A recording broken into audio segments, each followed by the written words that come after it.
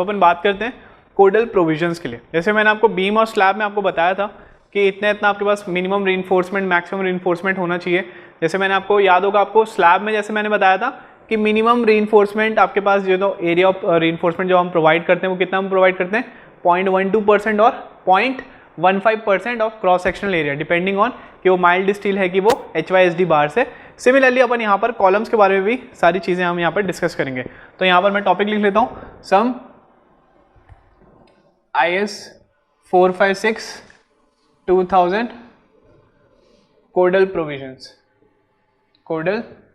Provisions for columns. ठीक है, कोडल provisions का मतलब यही होता है कि आपके पास, जैसे हम वहाँ पर क्या कर रहे हैं, जैसे मैंने यहाँ पर कॉलम में रीइंफोर्समेंट डाला, ठीक है, कॉलम में मैंने रीइंफोर्समेंट डाला डिपेंडिंग ऑन कि वो लॉन्गिट्यूडनल रीइंफोर्समेंट डाल रहा हूँ कि ट्रांसवर्स रीइंफोर्समेंट में डाल रहा हूँ, टाई बार्स वगैरह डाल रहा हूँ, तो मुझे ये नहीं पता कि मैं वहाँ पर 20 mm की बार डालूँ कि 25 mm की बार डालूँ कि 10 mm की बार डालूँ कि 6 mm की बार डालूँ। ठीक है, तो हम यहाँ पर इतना ज़्यादा वेरिएशन होता है, क्योंकि देखिए बार्स वगैरह कैसा होता है ना कि छोटा से छोटा मतलब कम से कम डायमीटर, जैसे 6 mm से भी स्टार्ट होके वो मैक्सिमम से मैक्सिमम मतलब 32 mm 36 mm ऐसे टाइप के भी डायमीटर के आपको वहाँ पर रीइंफोर्समेंट देखने को मिलेंगे। ठीक है, मार्केट में। तो हमें ये नहीं पता होता कि अगर मैं कॉलम्स वहाँ पर डिज़ाइन कर रहा हूँ तो मैं रीइंफोर्समेंट जो मैं वहाँ पर जो लगा रहा हूँ तो मैं उस रेंज में, जो इतनी जो वाइड रेंज है हमारे पास, मैं उसमें कौन सी रेंज में सेलेक्ट करूँ। तो यहाँ पर हमारे पास क्या होता है, यहाँ पर हमारे पास कोड हमें यहाँ पर काफ़ी ज़्यादा हमें हेल्प करता है। यहाँ पर वो हर एक चीज़ के लिए गाइड करेगा। जैसे अगर आप कॉलम बना रहे हो तो कॉलम में वो आपको बताएगा कि हाँ, अगर आपका कॉलम जैसा भी आप बना रहे हो, अगर आप रेक्टेंगुलर कॉलम बना रहे हो तो उसमें इतना नंबर ऑफ मिनिमम आप उसमें बार सब प्रोवाइड करोगे, उसका जो डायमीटर होगा वो आप इतना आप वहाँ पर प्रोवाइड करना। अगर आप उसकी स्पेसिंग की बात कर रहे हो तो वहाँ पर इतनी स्पेसिंग देना। तो कोड से ही हम सारी डिटेल लेके हम एक्चुअल में हम क्या करते हैं, डिज़ाइन करते हैं। फिर डिज़ाइन करके हम वो रीइंफोर्समेंट का जितना भी हमारे पास जो भी एलिमेंट होता है उसको हम उसका प्लान ड्राइंग करके वो सेक्शन का डिटेलिंग करके हम क्या करते हैं, प्रॉपर हम डिज़ाइन करने के बाद फिर वहाँ पर कॉन्ट्रैक्टर के हाथ में देंगे और वो देख के बस उसको कुछ नहीं करना, उसको सोचना समझना कुछ है ही नहीं। वो बस देखेगा यहाँ 25 mm लिखा है तो मार्केट में ऑर्डर देके 25 mm की बार मंगवाएगा और वहाँ पर उसके हिसाब से वो क्या कर देगा, वहाँ पे कंस्ट्रक्शन चालू कर देगा। ठीक है, और जो डिज़ाइनर होता है, ये तो आपके पास कंस्ट्रक्शन में कॉन्ट्रैक्टर की बात हो गई, डिज़ाइनर यहाँ पर यूज़ करेगा किसको, इस वाले कोड को यूज़ करके वो क्या करेगा, वहाँ पर डिज़ाइन करेगा प्रॉपर। ठीक है, तो अब कोडल के जो आपके पास जितने भी आपके पास जो रिकमेंडेशंस होते हैं उसके बारे में हम यहाँ पर बात कर लेते हैं। ठीक है, कॉलम्स के स्पेसिफिकली मैं किसके लिए बात करूँ, मैं कॉलम्स के लिए। तो सबसे पहले मैं बात करता हूँ यहाँ पर मैक्सिमम, चलिए मिनिमम रीइंफोर्समेंट के बारे में बात करते हैं। ठीक है, मैं यहाँ पर कॉलम में मिनिमम में कितना रीइंफोर्समेंट मुझे प्रोवाइड करना चाहिए, तो minimum 0.8% of the gross area, minimum 0.8% of the gross area of the column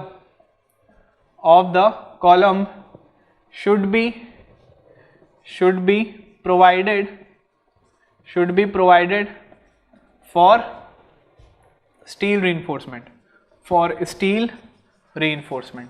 ठीक है, मतलब यहाँ पर परसेंटेज मिनिमम की बात कर रहा हूँ किसकी, स्टील रीइंफोर्समेंट की, तो वो कितना हो जाएगा आपके पास 0.8%। तो आप मिनिमम आप क्या करिए, वहाँ पर आप प्रोवाइड करिए। या फिर अगर मैं AST अगर मैं मिनिमम की बात कर रहा हूँ तो वो कितना हो जाएगा आपके पास 0.8/100 इंटू क्या हो जाएगा आपके पास B इंटू D। ठीक है, ये समझ में आपके पास। PT मिनिमम आप वाला मत ले लेना, यहाँ पर हम इफेक्टिव डेप्थ के बारे में बात करते हैं। यहाँ पर कॉलम में इफेक्टिव डेप्थ के बारे में बात होती ही नहीं है। ठीक है, यहाँ पर हम ग्रॉस एरिया के बारे में ही हम बात करते हैं, क्रॉस सेक्शनल के बारे में बात करते हैं, बीम्स में हम बात करते हैं इफेक्टिव डेप्थ के बारे में। ठीक है, तो AST मिनिमम आप नहीं तो इसको मत लिखिए, आप कंफ्यूज हो जाओगे। AST मिनिमम कितना हो जाएगा आपके पास, मिनिमम आपको 0.8% आपको तो रखना ही पड़ेगा। अब आप बोलोगे कि सर मिनिमम रखना क्यों है, कि अब अगर स्टील हमें प्रोवाइड करना नेसेसिटी क्यों होता है, क्योंकि देखिए अगर आपके पास स्टील कैसा होता है, आपके पास बेसिकली एकदम शुरू में आपको समझाया था मैं, कंक्रीट कैसा होता है आपके पास एक ब्रिटल मटेरियल होता है और स्टील क्या होता है आपके पास एक डक्टाइल मटेरियल होता है। अल्टीमेटली हम एक ऐसा स्ट्रक्चर हम बनाते हैं जो कि कैसा हो, वहां पर आपके पास जो फेलियर जो है वो पहले किसमें आपके पास स्टील में है, ना कि आपके पास कंक्रीट में है। क्योंकि कंक्रीट में अगर आपके पास फेलियर आएगा तो पूरा स्ट्रक्चर तुरंत गिर जाएगा, सडन गिरेगा। ठीक है, जब भी फेलियर आएगा बिना किसी वार्निंग के, बिना एकदम अचानक से वो कोलैप्स हो जाएगा।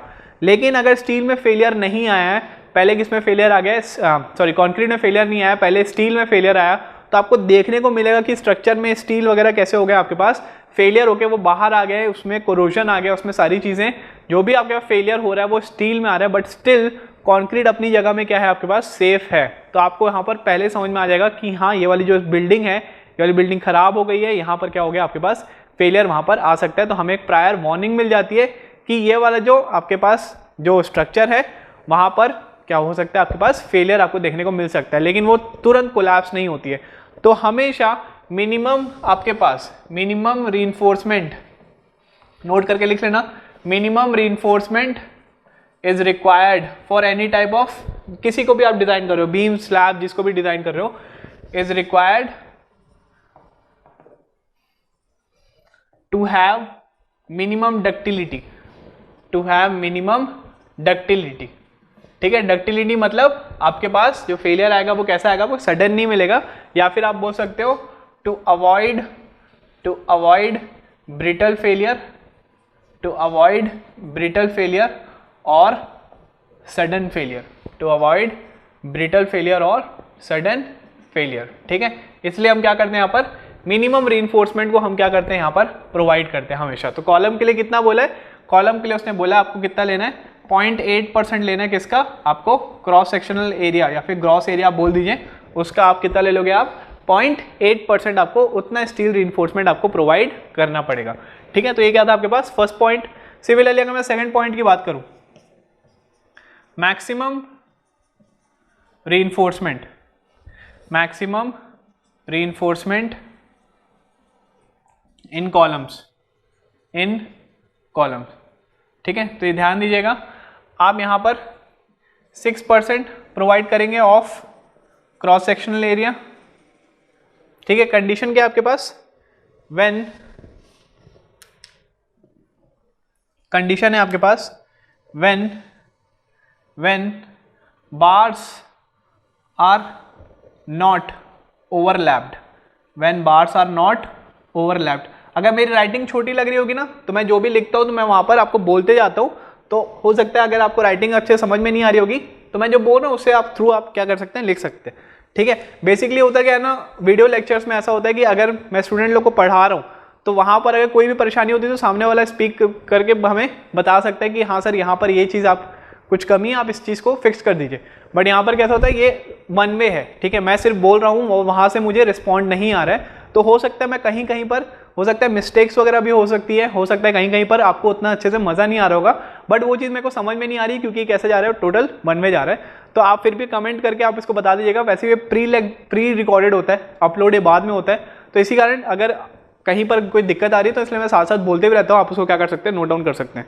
ठीक है, तो 6% कितना होता है आपके पास cross sectional area when bars are not overlapped. Similarly आप इसको ले लोगे 4% ऑफ क्रॉस सेक्शनल एरिया, या फिर ग्रॉस एरिया भी बोल सकते हो, कब, व्हेन बार्स आर ओवरलैप्ड। ठीक है, व्हेन बार्स आर ओवरलैप्ड। अब ये ओवरलैपिंग क्या है इसके बारे में देख लीजिए। देखिए बेसिकली क्या आपके पास कॉलम कैसा रहेगा, आपके पास काफी लंबे लंबे कॉलम रहेंगे। ठीक है, अगर मैं शॉर्ट कॉलम भी बोल ही रहा हूँ बट स्टिल कॉलम तो बड़ा ही रहेगा ना। तो रीइंफोर्समेंट क्या होगी आपके पास, जो स्टील रीइंफोर्समेंट की ना एक पर्टिकुलर आपके पास एक पर्टिकुलर लेंथ रहेगी। ठीक है, उस लेंथ का ही आपको हमेशा आपको देखने को मिलेगा, बट हो सकता है हमारे कॉलम का साइज क्या होगा आपके पास ज़्यादा हो। ठीक है, लेकिन जो स्टील आपके पास जो बार्स आप जो मंगाओगे मार्केट से उसकी जो लेंथ होगी वो क्या होगी आपके पास ऑलमोस्ट आपके पास एक ही साइज की आपको देखने को मिलेगी, बट हो सकता है कॉलम हमारे पास ज़्यादा हो। तो अब कैसा होगा आपके पास, मान लीजिए आपने यहाँ पर बार प्रोवाइड किया और बार यहाँ पर खत्म हो गई। ठीक है, बट हमें तो यहाँ तक प्रोवाइड करना था, तो यहाँ पर क्या करते हैं, एक रीइंफोर्समेंट अगर यहाँ पर खत्म हो गई तो हम क्या करते हैं, इसी के साथ हम क्या करते हैं, ओवरलैपिंग करके उसके ऊपर पे हम क्या करते हैं, दूसरी रीइंफोर्समेंट को हम क्या करते हैं वहाँ पर ज्वाइन करते हैं। अब वहाँ पर ओवरलैपिंग जो कर रहा हूँ वो कैसे होगा तो उसके बारे में समझिए। तो यहाँ पर आप क्या कर रहे हैं, ओवरलैपिंग जो आप कर रहे हैं तो बेसिकली करते क्या है, वहाँ पर आपके पास जैसे ये आपके पास रीइंफोर्समेंट का आपके पास ये टॉप पोर्शन है। ठीक है, रीइंफोर्समेंट का आपके पास जैसे मान लीजिए रीइंफोर्समेंट है। ठीक है, हम बेसिकली क्या करते हैं ना, इसको हम यहाँ से हम क्या करते हैं, इसको थोड़ा सा हम वहाँ से ना बेंड कर देते हैं बार को। ठीक है, कैसे करते हैं हम इसको बेंड, हम यहाँ से इस बार को ये वाले जो लेंथ है उसको हम क्या करते हैं, थोड़ा सा ऐसे बेंड कर देते हैं। ठीक है, इसको हम बेंड करके किस शेप में ले आए, इसको इस शेप में लेके आ गए। अब क्या हो गया आपके पास, अब जो बार आपको जो आपने बेंड किया वो इस डायरेक्शन में आपको देखने को मिला। ठीक है, सॉरी, आपको इस डायरेक्शन में आपको देखने को मिल रहा है बार। तो दूसरी बार आप जो प्रोवाइड करोगे, ठीक है, ऐसा रहेगा वो। ठीक है, थोड़ा सा हम बेंड करते हैं। इसके ऊपर आप क्या करोगे, इसी लेंथ से ये जो बार थी उसको आपने यहां से थोड़ा सा बेंड कर दिया। अब इसी के ऊपर क्या करोगे आप, दूसरी बार को कंटिन्यू करोगे। इसी के ऊपर क्या करोगे आप, दूसरी बार को कंटिन्यू करोगे। और ये वाला जो डिस्टेंस है, ये क्या होता है, ओवरलैपिंग डिस्टेंस होता है। यहाँ पर हम क्या करेंगे, जो छोटे छोटे जो वायर्स होते हैं हमारे पास स्टील के, उससे हम क्या करेंगे, इसको हम क्या कर देंगे, उसको हम यहाँ पर दोनों से हम क्या करेंगे, उसको हम ज्वाइन कर देंगे। दोनों वायर से हम दोनों बार्स को क्या कर देंगे, हम ज्वाइन कर देंगे। समझ में आया?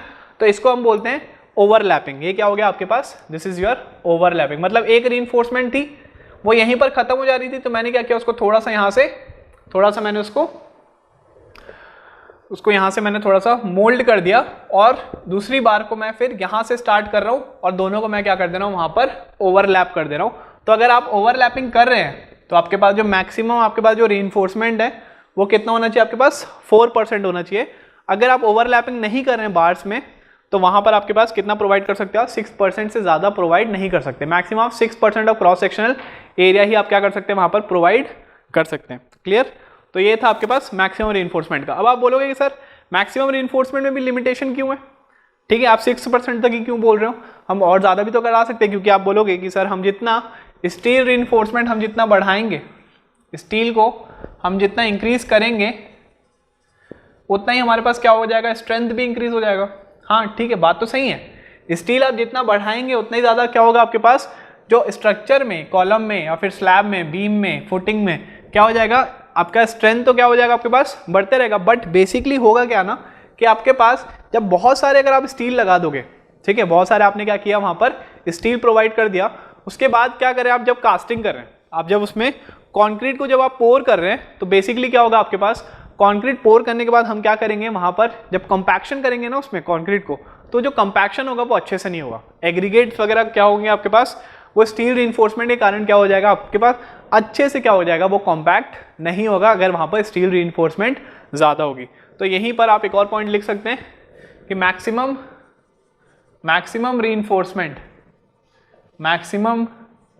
reinforcement is limited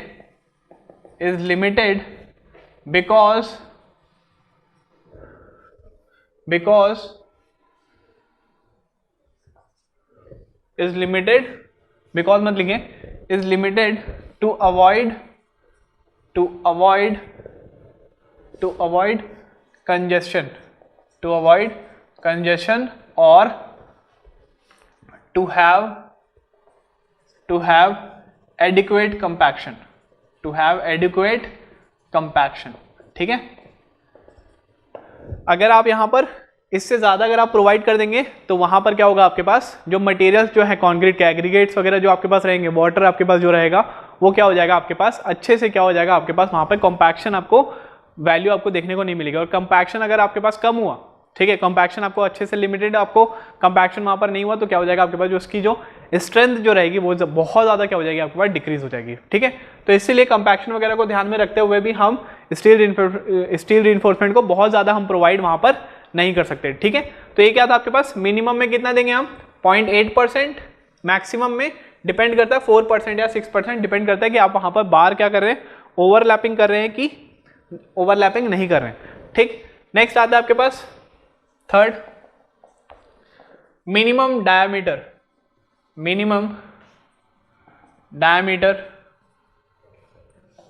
of steel reinforcement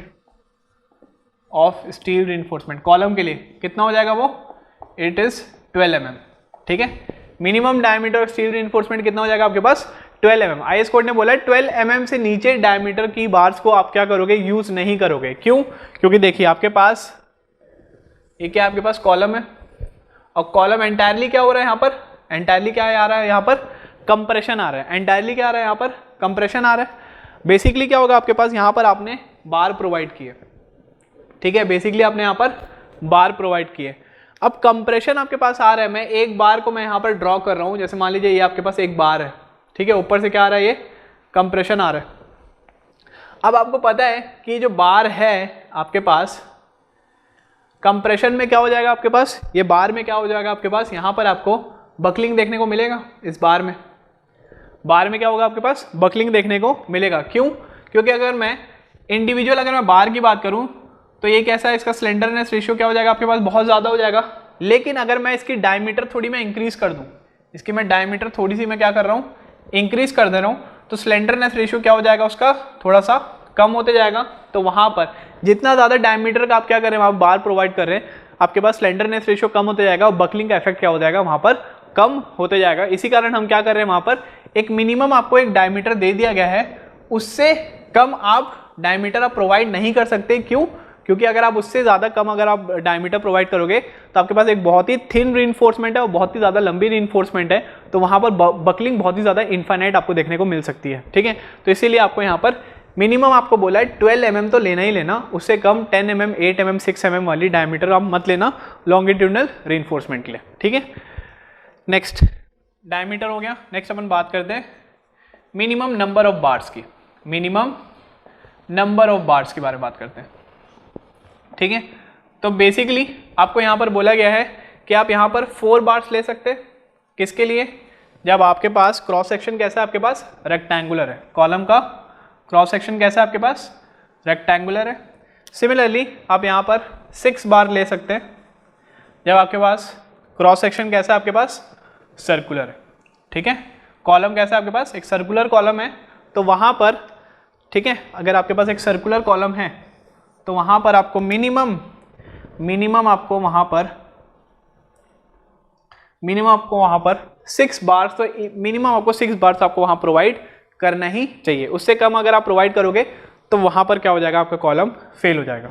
ठीक है, इतना आपको IS कोड ने आपको कंसीडर करने के लिए बोला है। अगर आप इससे कम प्रोवाइड करें तो वो डिज़ाइन एक्सेप्टेड नहीं रहेगा। ठीक है, तो आपको मिनिमम वहाँ पर 6 बार्स आपको प्रोवाइड करना ही पड़ेगा कॉलम के लिए। क्लियर है यहाँ तक? चलिए नेक्स्ट अपन बात करते हैं कि हमें ये समझ में आ गया कि स्टील हमें कितना प्रोवाइड करना है, हमें डायमीटर समझ में आ गया, हमें नंबर ऑफ बार्स समझ में आ गया। अब बात करते हैं कि जो बार्स आपने प्रोवाइड किए हैं, ये बार्स के बीच की स्पेसिंग कितनी होनी चाहिए। ठीक है, आप यहाँ पर ये जो बार्स प्रोवाइड किए हैं उसके बीच की स्पेसिंग कितनी होनी चाहिए, तो अपन बात करते हैं spacing between reinforcement, spacing between reinforcement should not exceed 300 mm। ठीक है, वो किसी भी हालत में 300 mm से क्या होना चाहिए आपके पास, ज़्यादा नहीं होनी चाहिए। तो यहाँ पर आप लिख सकते हो spacing should not be greater than 300 mm। For example आपके पास एक रेक्टेंगुलर बार है, रेक्टेंगुलर बार में हम मिनिमम कितने नंबर ऑफ बार्स प्रोवाइड कर सकते हैं, 4। ठीक है, रेक्टेंगुलर बार्स में फॉर एग्जांपल ये 300/600 का क्या है आपके पास, रेक्टेंगुलर बार है। मैंने यहाँ पर प्रोवाइड किया 4 रीइंफोर्समेंट, रेक्टेंगुलर कॉलम है और वहाँ पर मैंने क्या किया, 4 रीइंफोर्समेंट मैं वहाँ पर प्रोवाइड कर रहा हूँ। मैं बोल रहा हूँ यहाँ पर कि ये जो 2 रीइंफोर्समेंट जो है, ये जो 2 रीइंफोर्समेंट में है, ये दोनों की जो स्पेसिंग है वो कितनी है आपके पास, दैट इज़ योर 450 mm। तो ये वाला जो कॉलम रहेगा ना, ये कैसा हो जाएगा आपके पास, ये हो जाएगा आपके पास अनसेफ। ठीक है, ये वाला कॉलम क्या हो जाएगा आपके पास, this will be your unsafe, क्योंकि दो रीइंफोर्समेंट की जो बीच की जो स्पेसिंग है वो कितनी होगी आपके पास, 450 mm, मतलब 300 mm से क्या होगी आपके पास, ज़्यादा होगी। तो इसमें हम करेंगे क्या, इसमें हम बेसिकली ऐसा हम नहीं करेंगे कि इसकी स्पेसिंग कम कर देंगे, ऐसा मैं नहीं करूँगा कि ये दोनों को मैं क्या कर दूंगा, पास कर दूंगा। बेसिकली इसमें समझिए हम करेंगे क्या, यहाँ पर आपके पास ये 4 आपके पास रीइंफोर्समेंट थी। ठीक है, यहाँ पर ये 4 रीइंफोर्समेंट थी, दोनों के बीच का स्पेसिंग कितना था आपके पास, 450 mm। तो मैं यहाँ पर क्या कर रहा हूँ, मैं यहाँ पर बीच में 2 रीइंफोर्समेंट में और प्रोवाइड कर दे रहा हूँ। ठीक है, मैं यहाँ पर 2 रीइंफोर्समेंट और प्रोवाइड कर दे रहा हूँ और लेट सपोज ये दोनों की स्पेसिंग कितनी है, इसकी जस्ट हाफ हो गई। कितनी हो गई, 450 का हाफ मतलब 225 mm पे क्या मिल गया, यहाँ पर आपको स्पेसिंग मिल गया। तो अगर आपके पास ये वाली कंडीशन आ रही है और आप देख रहे हो 2 स्पेसिंग आपके पास 2 रीइंफोर्समेंट की स्पेसिंग 300 से ज़्यादा है, तब क्या कर दीजिए, वहाँ पर एडिशनल आप क्या कर दीजिए, बार्स आप वहाँ पर प्रोवाइड कर दीजिए। तो स्पेसिंग क्या हो जाएगी आपके पास, 300 से कम आपको देखने को वहाँ पर मिल जाएगी। समझ में आया? तो ये था आपके पास एरिया के बारे में बात किया हमने कि कितना आपको स्टील प्रोवाइड करना है, फिर हमने बात किया डायमीटर के बारे में, फिर हमने बात किया नंबर्स के बारे में, फिर हमने बात किया स्पेसिंग के बारे में। ठीक है, तो ये सारे पॉइंट्स थे। और अपन बात करते हैं, कोडल प्रोविजन बहुत ज़्यादा है और मैं बता रहा हूँ कॉलम से, ठीक है, जो IS कोडल प्रोविजंस जो होते हैं ना, जितने भी मैं ये वाले टॉपिक्स जो मैं पढ़ाता हूँ अपार्ट फ्रॉम डिज़ाइनिंग, ये सारे ना आपके पास जूनियर इंजीनियर लेवल वगैरह में, ठीक है, और SSC के आपके पास जो एग्जाम्स होते हैं, ठीक है, वहाँ पर आपको यहाँ से क्वेश्चन बहुत ज़्यादा देखने को मिलते हैं। SSC हो गया, जूनियर इंजीनियर हो गया, कोई भी आपके पास एक ऐसा एग्जाम दे रहे हो जो आपके पास स्टेट का हो गया या फिर जैसे गेट और ES वगैरह को छोड़ के आपको यहाँ से क्वेश्चंस, आपको जितने भी आपके पास JEE या फिर AE के लेवल के जो क्वेश्चंस होते हैं वो यहाँ से काफ़ी बार देखने को मिलते हैं। जैसे कि ये वाला जो हो गया कि आपको क्वेश्चन आते हैं कि आपके पास सर्कुलर आपके पास कॉलम है, तो वहाँ पर हम मिनिमम कितने बार्स हम प्रोवाइड करेंगे। आपके पास क्या है, सर्कुलर कॉलम है, तो वहाँ पर कितने बार्स प्रोवाइड करेंगे, तो ऑप्शन होगा आपके पास 4, 6, 8, 12। ठीक है, ऐसे टाइप के आपके पास रहेंगे, तो हमारे पास आंसर कितना हो जाएगा, 6 बार्स। ठीक, तो यहाँ पर आपको हमेशा आपको यहाँ पर क्वेश्चन आपको देखने को मिलेगा। ये वाला जो है आपके पास 0.8%, यहाँ पर आपको कंफ्यूज कर देगा। जैसे आपने बीम में 0.12%, 0.15% आपने जो पढ़ा था, ऑप्शन में आपको 0.8, 0.12, 0.15 और आपको एक और ऑप्शन कुछ रहेगा, तो आप वहाँ पर कंफ्यूज हो जाओगे कि हम वहाँ पर कॉलम के लिए हम मिनिमम कितना प्रोवाइड करते थे, क्योंकि आपने सारी वैल्यूज आपने पढ़ी है, 0.15 भी पढ़े हो, 0.12 भी पढ़े हैं और यहाँ पर 0.8 भी पढ़े हैं। तो यहाँ से भी आपको क्वेश्चन काफ़ी बार देखने को मिला है। आपको जो छोटे लेवल के जो एग्जाम्स होते हैं, JEE या फिर AE लेवल के जो एग्जाम्स होते हैं, गेट में मेनली आपके पास क्वेश्चन आएगा थोड़ा सा एडवांस, डिजाइनिंग वगैरह से आपके पास क्वेश्चन आ सकते हैं। यहाँ पर हमने PU वगैरह निकाला था, वहाँ से ES और गेट में आपको क्वेश्चन आ सकते हैं। अगर आप बात कर रहे हैं यूनिवर्सिटी लेवल की, तो यूनिवर्सिटी लेवल में तो सारी चीज़ें इंपॉर्टेंट होती है, क्योंकि यूनिवर्सिटी लेवल में इंडिविजुअल एक यूनिट, कॉलम्स की बात करूँ तो कॉलम्स का ही यूनिट पूरा 16 मार्क्स का आ जाएगा। ठीक है, तो वहाँ पर तो हर चीज़ पूछना एकदम आपके पास वाजिब है। ठीक है, तो वहाँ पर यूनिवर्सिटी लेवल में और ES के कन्वेंशनल लेवल में सारी चीज़ें पढ़ना पड़ता है। लेकिन अगर मैं सेलेक्टिव स्टडी की बात करूँ तो डिपेंड करता है आपके पास हर एक एग्जाम के थ्रू आप कैसे कैसे आप पढ़ रहे हैं, क्योंकि मेन जो बड़े बड़े क्वेश्चन है वो गेट और ES में ही आते हैं। छोटे JEE लेवल में आपको 1 मार्क्स के जो क्वेश्चन आते हैं उसमें आपको बड़े बड़े क्वेश्चन आपको देखने को नहीं मिलेंगे, क्योंकि वहाँ पे कैल्सी भी प्रोवाइड नहीं होता है। ठीक है, चलिए नेक्स्ट क्या देखेंगे अपन, स्पेसिंग हो गया। नंबर 6 की बात करते हैं आपके पास, फॉर पेडेस्ट्रल, ठीक है, minimum steel reinforcement is taken as 0.15% of gross area, 0.15% of gross area। ठीक है, वो कॉलम्स के बारे में था, ये पेडेस्ट्रल के बारे में। ठीक है, नेक्स्ट देखते हैं point number 7, minimum nominal cover या फिर क्लियर कवर के बारे में बात करूं, मिनिमम आपके पास नॉमिनल कवर के बारे में बात करूं या फिर क्लियर कवर लिख सकते हो, is 40 mm। Minimum nominal cover is 40 mm for columns, but it can be reduced to 25 mm for column whose cross section is lesser than 200 mm। ठीक है, मतलब आपके पास एक कॉलम है आपके पास, मैं बोल रहा हूँ ये 200 बाई 200 का आपके पास क्या है, कॉलम, एक 200 बाई 200 का कॉलम है। तो इसके लिए क्या कर सकते हो आप, इसके लिए आपके पास ये जो नॉमिनल कवर जो आ रहा है आपके पास, ये वाला, ये जो कवर आ रहा है, इसको आप 25 mm भी आप प्रोवाइड कर सकते हो, बट एक्चुअल में आप कितना प्रोवाइड करेंगे, आप एक्चुअल में आप मिनिमम 40 mm ही आप प्रोवाइड करेंगे। क्लियर, 40 mm आप प्रोवाइड करेंगे। लेकिन अगर आपके पास छोटा सा क्रॉस सेक्शन है 200 बाई 200 का, तो उसमें आप 25 mm भी आप क्या कर सकते हैं, प्रोवाइड कर सकते हैं। तो ये सारी चीज़ें अभी जो मैंने बताया वो सारी किसके लिए आपके पास, जो आपके पास जो लॉन्गिट्यूडनल रिइंफोर्समेंट है। ठीक है, लॉन्गिट्यूडनल रिइंफोर्समेंट मतलब आपके पास जो मेन बार्स जो जा रही है कॉलम्स के अंदर, उसके बारे में आपको बताया कि बार बार रिपीट करो मैं, 0.8% मिनिमम, 6% और 4% मैक्सिमम। ठीक है, 12 mm आपके पास मिनिमम डायमीटर लेना है, उससे कम नहीं लेना है।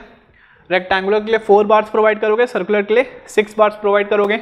स्पेसिंग 300 से ज़्यादा नहीं होनी चाहिए और नॉमिनल कवर आप 40 mm से, आपको मिनिमम 40 mm तो आपको प्रोवाइड करना पड़ेगा नॉमिनल कवर, ठीक है। नेक्स्ट अपन बात करते हैं ट्रांसवर्स रीइंफोर्समेंट की, ठीक है। ट्रांसवर्स रीइंफोर्समेंट मतलब आपके पास जो टाई बार्स है, ठीक है, आपके पास जो टाई बार्स है,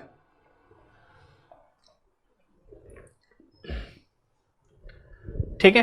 टाई बार्स के बारे में आपको मैंने पहले बताया था, जैसे मान लीजिए कॉलम है, ठीक है, ये कॉलम है और एक है आपके पास स्टील रीइंफोर्समेंट है। तो इसको अगर मैं ज्वाइन कर रहा हूँ, इसको मैं ज्वाइन कर रहा हूँ, तो ये क्या है आपके पास, दोनों लॉन्गिट्यूडनल रीइंफोर्समेंट को जो ज्वाइन करते हैं इसको हम क्या बोलते हैं, this is your tie bars.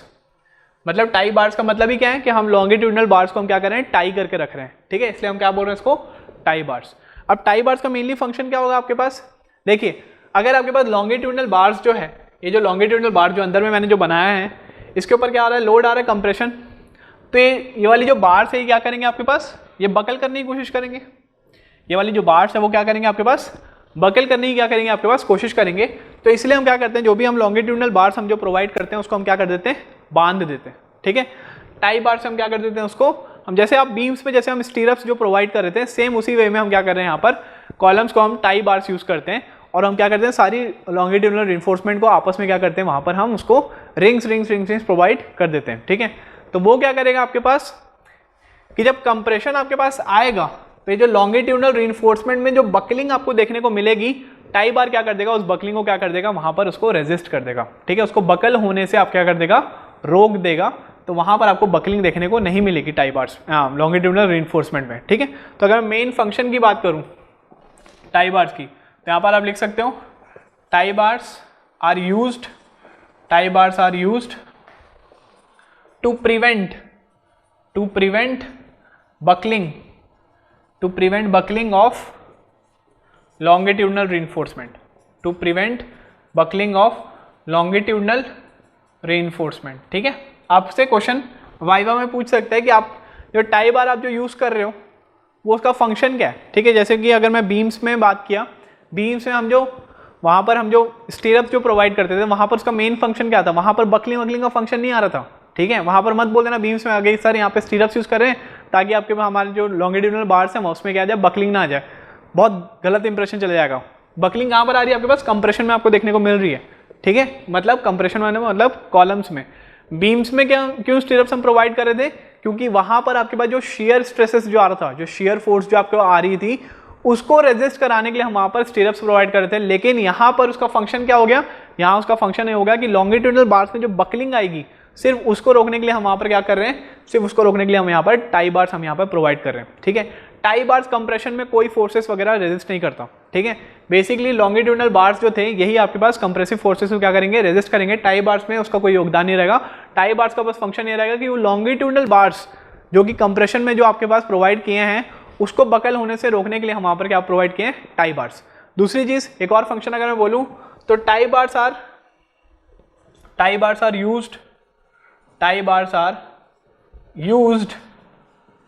Used to keep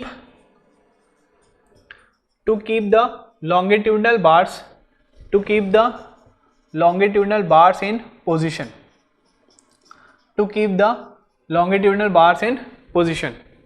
ठीक है।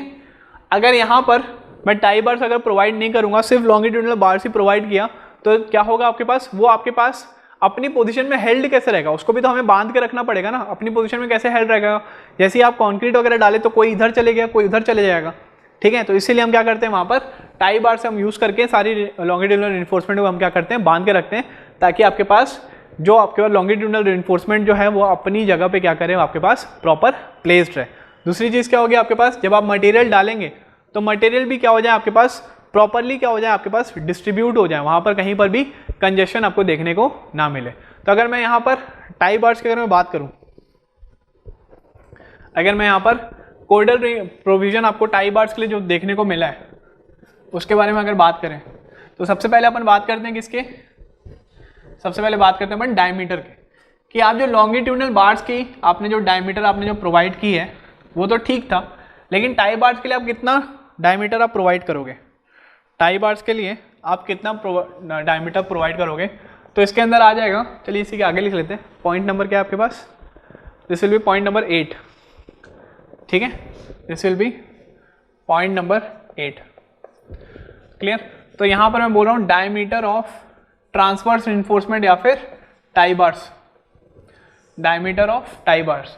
तो इसमें ध्यान रखिएगा, इसमें आपका या तो 5 मेन बाय 4 और 6 mm, ये दोनों में से आपके पास जो भी मैक्सिमम रहेगा, ठीक है, ये दोनों में से आपके पास जो भी मैक्सिमम रहेगा उसको हम क्या करेंगे, उसके उतना ही हम क्या करेंगे डायमीटर हम यहाँ पर टाई बार्स के लिए लेंगे, उतना ही डायमीटर हम क्या करेंगे यहाँ पर टाई बार्स के लिए लेंगे। फॉर एग्जांपल जैसे मान लीजिए हमने यहाँ पर कॉलम की आपके पास मैंने जो रिइंफोर्समेंट मैंने प्रोवाइड किया, ठीक है, मैंने यहाँ पर जो रिइंफोर्समेंट प्रोवाइड किया और ये क्या हमारे पास, this is your tie bar. For example मैं यहाँ पर एक रिइंफोर्समेंट प्रोवाइड किया 5-1 और ये मैंने रिइंफोर्समेंट प्रोवाइड किया 5-2, मतलब लॉन्गिट्यूडनल रिइंफोर्समेंट में भी अलग अलग डायमीटर का मैं क्या कर रहा हूँ यहाँ पर बार्स प्रोवाइड कर रहा हूँ, जिसमें मैं आपको बोल रहा हूँ कि 5-1 इज ग्रेटर देन क्या है हमारे पास 5-2 है, ठीक है। तो आप यहाँ पर जो मेन आप जो 5 मेन आप जो यहाँ पर कंसिडर करोगे दैट विल बी 5 मेन कौन सा रहेगा आपका 5-1 के बराबर रहेगा, मतलब मेन अगर आप जो डायमीटर आप लोगे वो कौन सा रहेगा आपके पास, ग्रेटर डायमीटर आपका जो रहेगा लॉन्गिट्यूडनल बार्स में वो वाली वैल्यू आप कंसीडर करोगे बाय 4, क्लियर है। तो ये क्या था आपके पास, डायमीटर ऑफ टाई बार्स कितना हो जाएगा 5 मेन अपॉन 4 या फिर 6 mm। जहाँ पर आपके पास 5 मेन आपने जितना, जैसे मान लीजिए 20 mm का आपने लॉन्गिट्यूडनल बार्स प्रोवाइड किया तो 20/4 कर लीजिएगा, ठीक है। नहीं तो फिर आप क्या कर सकते हो, वाली वैल्यू अगर आपके पास कम आई तो, नहीं तो फिर आप क्या करोगे वहाँ पर 6 mm आप वहाँ पर प्रोवाइड कर देंगे, ठीक। दूसरी चीज़, अगर मान लीजिए आपके पास एक जगह आपने बार यहाँ पर प्रोवाइड की है 25 mm की, दूसरी जगह आपने बार प्रोवाइड की है वहाँ पर 16 mm की, तो आप 5 मेन कितना प्रोवाइड करोगे, आप 25 mm ही प्रोवाइड करेंगे, ठीक है, 16 mm प्रोवाइड नहीं करेंगे, क्योंकि ये कौन सा हमें लेना है, हमें ग्रेटर डायमीटर ऑफ लॉन्गिट्यूडनल बार हमें यहाँ पर प्रोवाइड करनी पड़ेगी, ठीक। अब बेसिकली आप सोचोगे कि सर यहाँ पर इतना कम डायमीटर हमें लेना क्यों है टाई बार्स के लिए। टाई बार्स में हम बोल रहे हैं कि 6 mm तक भी हम ले सकते हैं, लेकिन लॉन्गिट्यूडनल बार्स में हमने जस्ट डबल बोला था कि मिनिमम कितना लेंगे हम 12 mm की बार्स हम वहाँ पर कंसिडर करेंगे। तो टाई बार्स इतना कम क्यों होगा जबकि लॉन्गिट्यूडनल बार्स इतना ज़्यादा है, तो मैंने आपको वही बताया कि यहाँ पर टाई बार्स का सिर्फ 2 फंक्शन थे, ये आपका कंप्रेशन में कोई आपकी हेल्प नहीं कर रहा, बेसिकली बस ये क्या करेगा, आपके पास जो लॉन्गिट्यूडनल रिइंफोर्समेंट जो थी that is responsible for the designing of the column. क्यों, क्योंकि वो जो बार्स है वही क्या कर रही है आपके पास, जो कंप्रेसिव लोड आ रहा है कॉलम के ऊपर, तो वही बार क्या कर रही है आपके पास कंप्रेशन लोड को रेजिस्ट कर रही है, ठीक है। लेकिन टाई बार क्या कर रहा है आपके पास, टाई बार सिर्फ वो जो कंप्रेशन रिइंफोर्समेंट है सिर्फ उसको क्या कर रहा है, वो सपोर्ट प्रोवाइड कर रहा है ताकि वो बकल ना हो जाए और वो अपनी जगह पे खड़े रहे, ठीक है। तो बस इसीलिए क्या करते हैं यहाँ पर हम फालतू यहाँ पर ज़्यादा हम बड़े बड़े डायमीटर की बार्स हम यूज़ नहीं करते हैं, ताकि वो क्या हो जाए आपके पास कॉस्ट में क्या हो जाए आपके पास वहाँ पर ज़्यादा देखने को मिल जाएगा, ठीक है। तो सिंस यहाँ पर उसका फंक्शन सिर्फ लॉन्गिट्यूडनल बार्स को सपोर्ट देना है, तो इसलिए यहाँ पर हम छोटी बार्स यहाँ पर प्रोवाइड करते हैं, ठीक। तो ये क्या था आपके पास, डायमीटर के बारे में बात किया टाई बार्स का। नेक्स्ट अपन बात करते हैं स्पेसिंग की। अगर मैं स्पेसिंग ऑफ टाई बार्स के बारे में बात करूँ, स्पेसिंग ऑफ टाई बार्स के बारे में अगर मैं बात किया, तो स्पेसिंग का सबसे पहला होता है आपके पास LLD। LLD मतलब लीस्ट लैटरल डायमेंशन जो भी रहेगा आपका कॉलम का, या तो आप उतना प्रोवाइड कर दीजिए, नहीं तो फिर आप प्रोवाइड कर दीजिए 16 5 मेन, ठीक है। ये सब क्या है आपके पास कोडल प्रोविजन है, नहीं तो आप प्रोवाइड कर दीजिए कितना 16 5 मेन, नहीं तो फिर आप कितना प्रोवाइड कर दीजिए आप 300 mm। ये तीनों में जो भी आपके पास जो मिनिमम जो आपके पास वैल्यू रहेगी, जो भी आपके पास क्या रहेगी मिनिमम वैल्यू जो रहेगी, सबसे पहला LLD या फिर 16 5 मेन या फिर 300 mm में से जो भी आपके पास जो मिनिमम वैल्यू रहेगी उसको आपको क्या करना है यहाँ पर प्रोवाइड करना है स्पेसिंग की। फॉर एग्जांपल आपके पास लीस्ट लैटरल डायमेंशन, मतलब मान लीजिए आपके पास कॉलम आपके पास है कितना 250 × 400 का, 250 × 400 का। तो यहाँ पर LLD की अगर मैं बात करूँ तो LLD कितना हो जाएगा आपके पास 250 mm। LLD कितना हो जाएगा आपके पास 250 mm। सिमिलरली मैं बोल रहा हूँ यहाँ पर आप जो रीइंफोर्समेंट लगा रहे हैं, आप यहाँ पर रीइंफोर्समेंट लगा रहे हैं, फॉर एग्जाम्पल आपने लगाया यहाँ पर 16 mm की रीइंफोर्समेंट, कितना लगाया आपने 16 mm की रीइंफोर्समेंट, तो दूसरा कंडीशन कितना हो जाएगा आपके पास 16 × 16 mm का जो भी आपके पास वैल्यू आएगा वो, ठीक है, जो भी आपके पास वैल्यू आएगा वो।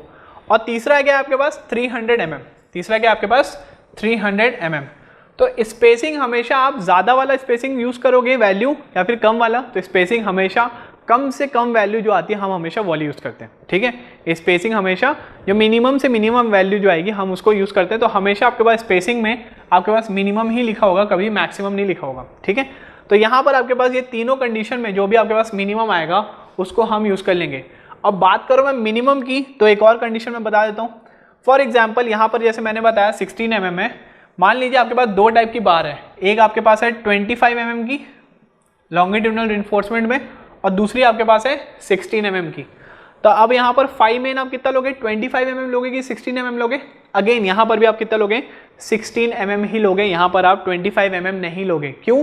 क्योंकि मैं आपको बताया स्पेसिंग हमेशा हमें छोटी सी छोटी क्वांटिटी चाहिए, तो इसलिए हमें यहाँ पर 5 मेन कौन सा लूंगा मैं, छोटी वाली जो डायमीटर रहेगी लॉन्गिट्यूडनल रिइंफोर्समेंट की उसको लूंगा। मतलब 5 मेन की अगर यहाँ पर बात करूँ तो आप यहाँ पर लिख लीजिए 5 मेन अगर मैं बात करूँ